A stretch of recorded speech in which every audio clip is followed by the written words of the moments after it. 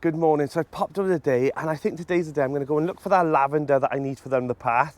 I need to get some potatoes as well, because it's that time now where you start chitting or not chitting, and I've decided I'm going to chit like I always do, and I think that's what I'm going to do first, and then I'm going to head back here. Right, let's get that done.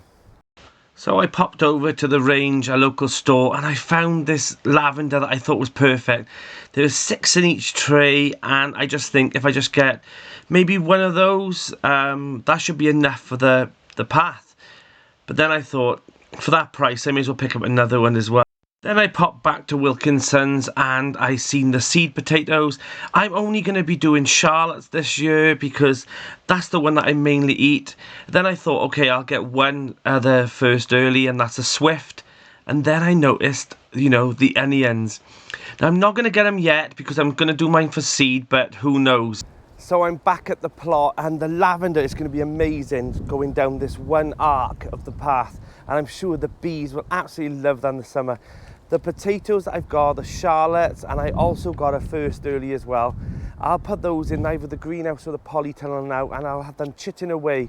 And then when it's ready to plant out, I'm going to plant some in the bed and some in pots. And I've got something planned this year to do there as well. Right, let's get on. So I've decided I'm not going to plant this lavender out yet, because I'm going to dig up this crown, move it to the back of the fig and olive plot, and then the one that I've got down in the grapevine garden, I'm going to donate to a friend so that she can have fresh rhubarb in her garden. That's the plan. Right, let's get on. So today I'm going to sort this part of the bed out and cover it ready for the no-dig experience. So before you no-dig, sometimes you need to dig. So I'm going to dig out the stingy nettles and the dock leaves, take them all out, cover it with cardboard, weight it down, and hopefully this will be ready then for spring.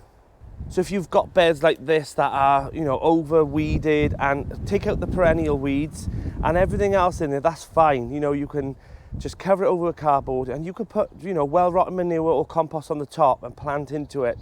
But today I'm just going to put the cardboard down, ready for the spring.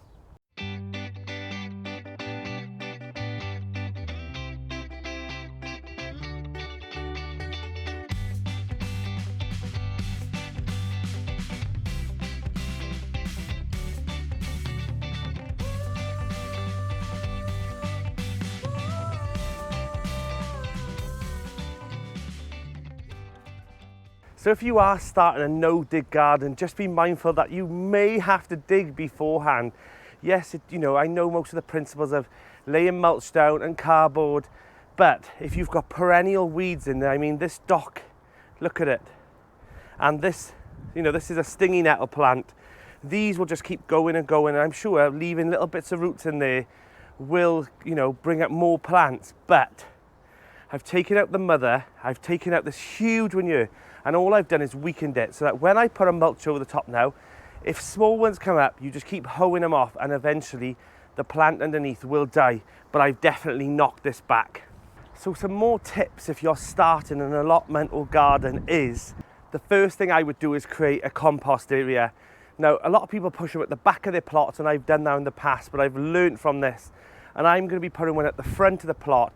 They're not the most sightly things, but give them the most sunlight, because they'll have that extra heat and they'll be cooking away rather than you put them in the dark corner. I know that they'll create heat, but with some sun on it as well. If you put them underneath the trees and things like that, a lot more moisture, a lot more rain is going on to them. So I've got some really nice ones to go on here actually, because I thought of this beforehand. So make yourself a compost heap, because everything that you prune back or you cut out or you dig out, you could put straight on there rather than having nowhere to go. So the first thing I would do is put a compost area in. The next thing I'd consider if you're just starting off is go and buy some plants. Do one bed on your area and then plant those in, because what happens then is you're carrying on with your plot or your garden while things are still growing. I've seen a lot of people, they go straight through their plot and they're burnt out by the end of it, and nothing's grown for the last 2 months. So my advice would be to do 1 or 2 beds, put things in. If you've sown and planted them out already, great. But if you haven't, pop to the shop and just buy those plants so that you've got lettuces. Because what happens is, once you've pulled out a few beds, you're looking back and you're seeing things growing, and they'll spur you on to the next thing and the next thing. And that's what I did on my plot down the bottom. Another thing to consider as well is what's going in next. So if you're buying stuff from the shop, plant those in and then sow things, because when those come out, you've got something else to go back in. And that's the process you need to get into, is not thinking, I'll clear it all through and then I'll start, because you'll be months or 2 months behind. So plant, do a bit more, plant, do a bit more. That's my advice for you. Another tip would be to consider a polytunnel or a greenhouse, or somewhere where you can bring those seeds on. Windowsills are okay at the start, but they don't get enough light and heat that you may need all the time. Because if you've got a shady room, it's not going to be as warm as a greenhouse or a polytunnel. So think about that as well. If you're going to be growing a lot of your stuff yourself, consider, if you're allowed it on your site, one of those. Another thing would be perennials, such as rhubarb, asparagus, artichokes, all those things that you can put in and leave them, but put them in areas that you're not going to be using a lot of traffic and walking around all the time. So that's why most people tend to put their rhubarb at the back. They're pretty forgiving, rhubarb, but if you're going to, don't put them in the centre of your plot, because you're going to be bashing around them all the time, and they're always there. You know, they're never going to come out of the bed, so remember that when you do it. Another tip would be to source bark. Get things for free. If you've got salvage yards which you can buy things cheaper, go to those places. Don't put all the expense in building everything. Yes, sometimes I do treat myself to certain things, but a lot of the things that I buy, it's been cheap or I've got for free off, like Marketplace and neighbours. If you see something outside your house, you know, their houses, knock on the door and ask. Don't be, you know, you need to be, as an allotment, a bit cheeky sometimes. But yeah, try and resource as much as you can for free. And you can use that money on other things like plants, seeds. Speaking of seeds,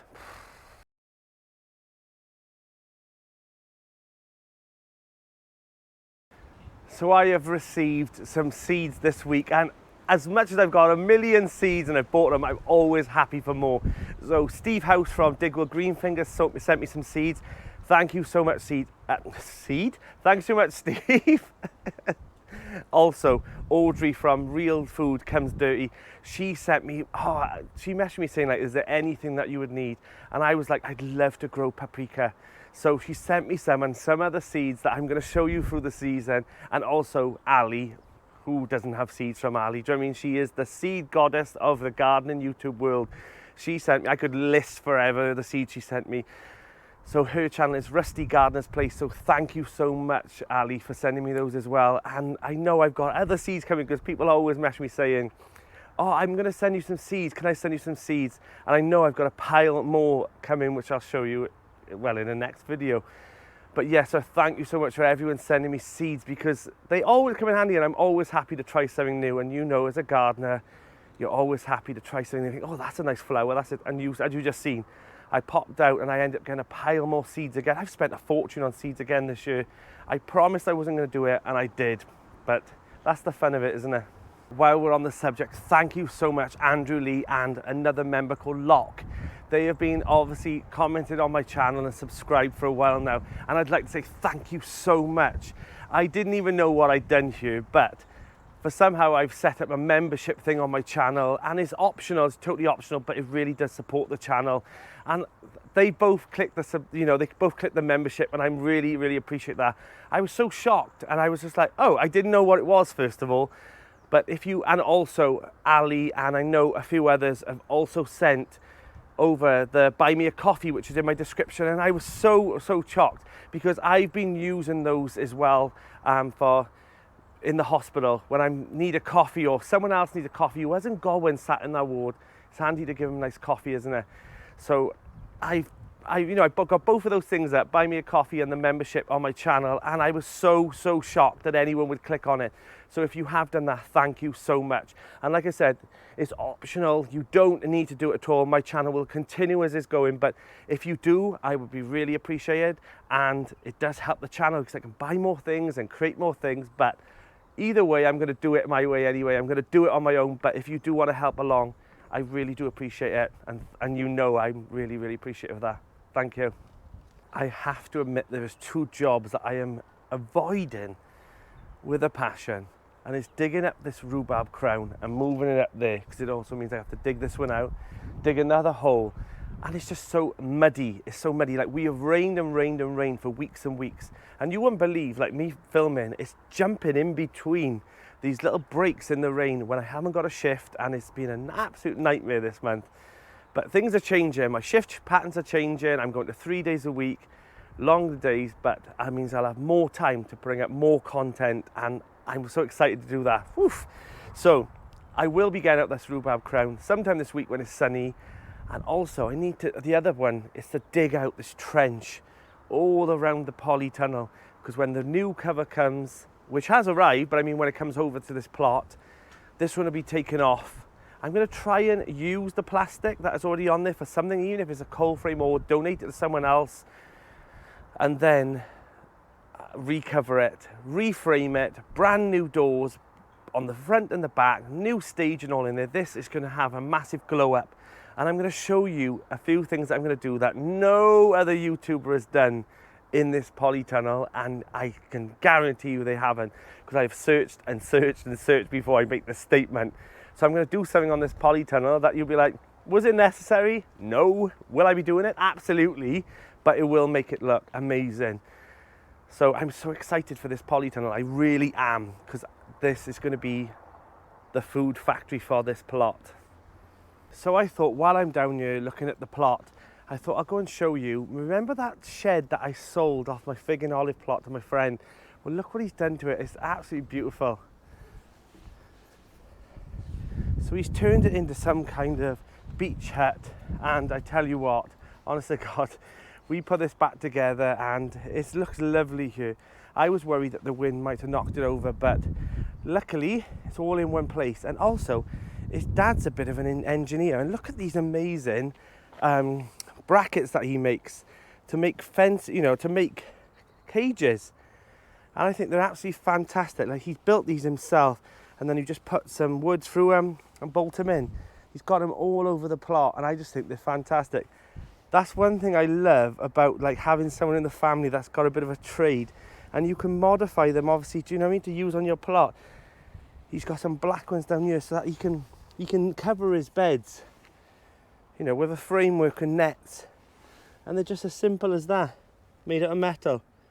But I thought I'd show you that anyway. So I'm heading down to the other plot to check on the girls, and I don't know if you noticed, but my last video rocketed. Like, it made double the views that I normally make on a video in the first 3 days. It shot through the hemisphere, honestly, and I was shocked. And I was thinking, what did I do differently? I know I've been missing for 3 weeks because of Christmas and things, but I was thinking, what did I do differently? And I know there was a variety of things that I put on that channel, so they went from one thing to the other. So I will continue to just do what I always do and show you my journey all the way through my gardens. But if you have watched it, thank you so much for that, because it made my new year. Do you know what? There's not much I regret, but there's one thing I do. So this greenhouse was offered to me, and it's got a curved glass on it, and I absolutely regret saying no to that. A few years ago, and this gentleman took it and painted it green, added all the glass back in. To be honest, I was more concerned about buying the curved glass. There was curved glass there, but replacing it, it's a nightmare to get.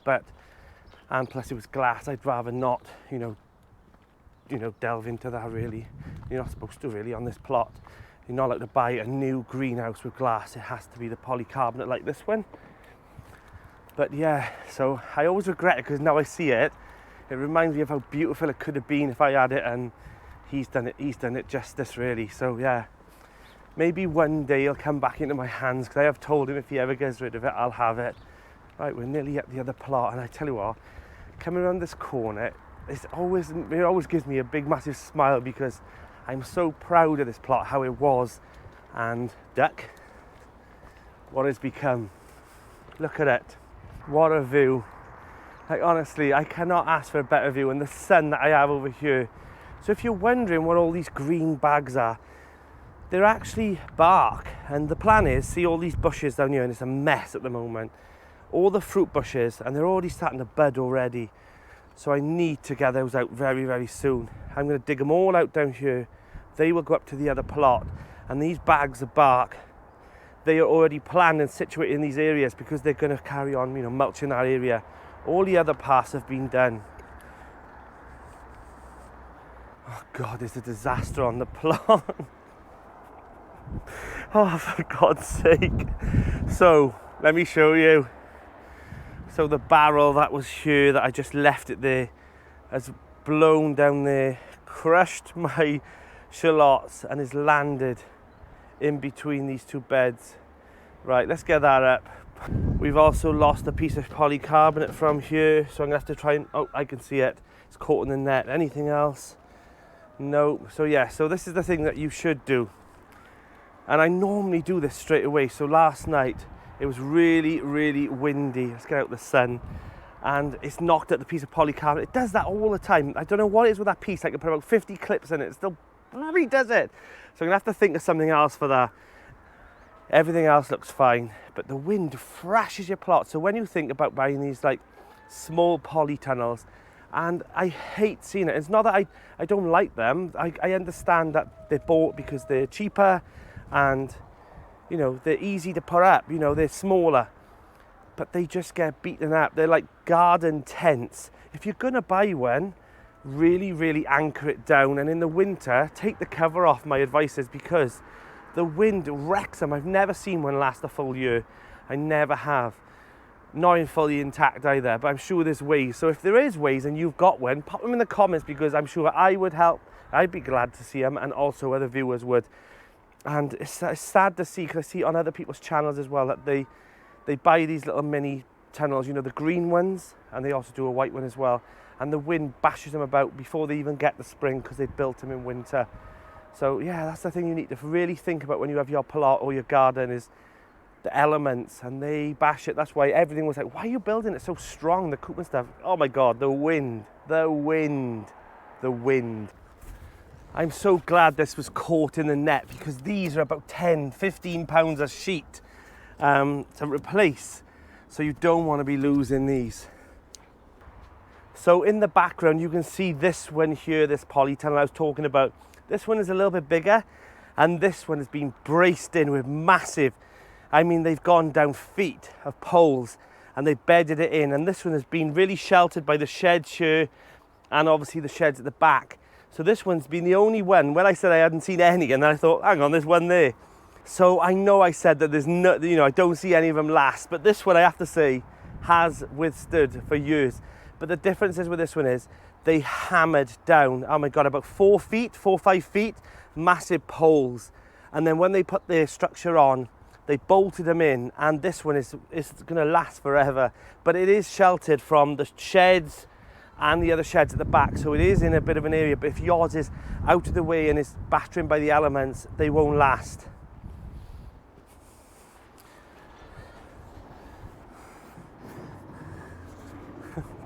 God, you wouldn't believe that the wind would move this. So I'm gonna have to, I don't know whether or not to just leave it there, because it's gonna blow otherwise, and I don't want it to go and hit the tunnel. Where can I put it? I'm gonna have to contact Mark, and we're gonna have to move it up my other plot. But I'm glad that I didn't have it up there, and it's bouldered down, but it's moved, you know, a good bit. I don't really want to move it again and it blows and hits things. So I think I'm gonna have to strap it down. I'm gonna strap it down here. These metal pins that I've shown you before, they're kind of like, they use them on like roadworks and things, where you know, like the plastic netting sort of fencing that they use, that they can just roll up again. These are amazing. I've had these and I bought them on Marketplace, but I know you can buy them in like Amazon and things, but they're really expensive. But these, I think I paid £10 for maybe 10 of them, so £1 a pin. And they're amazing because you can hammer them in anything you want. You can use them to stake up your broad beans or your sprouts.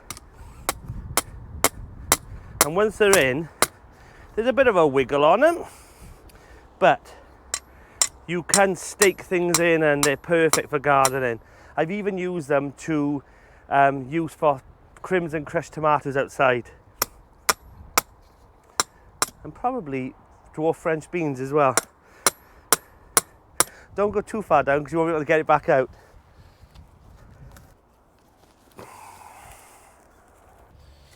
That'll do for now. So that's the best I can do today by bracing this, because the clips haven't arrived yet. So yeah, what a day, what a day. I'm Danny and this is the Grapevine Garden.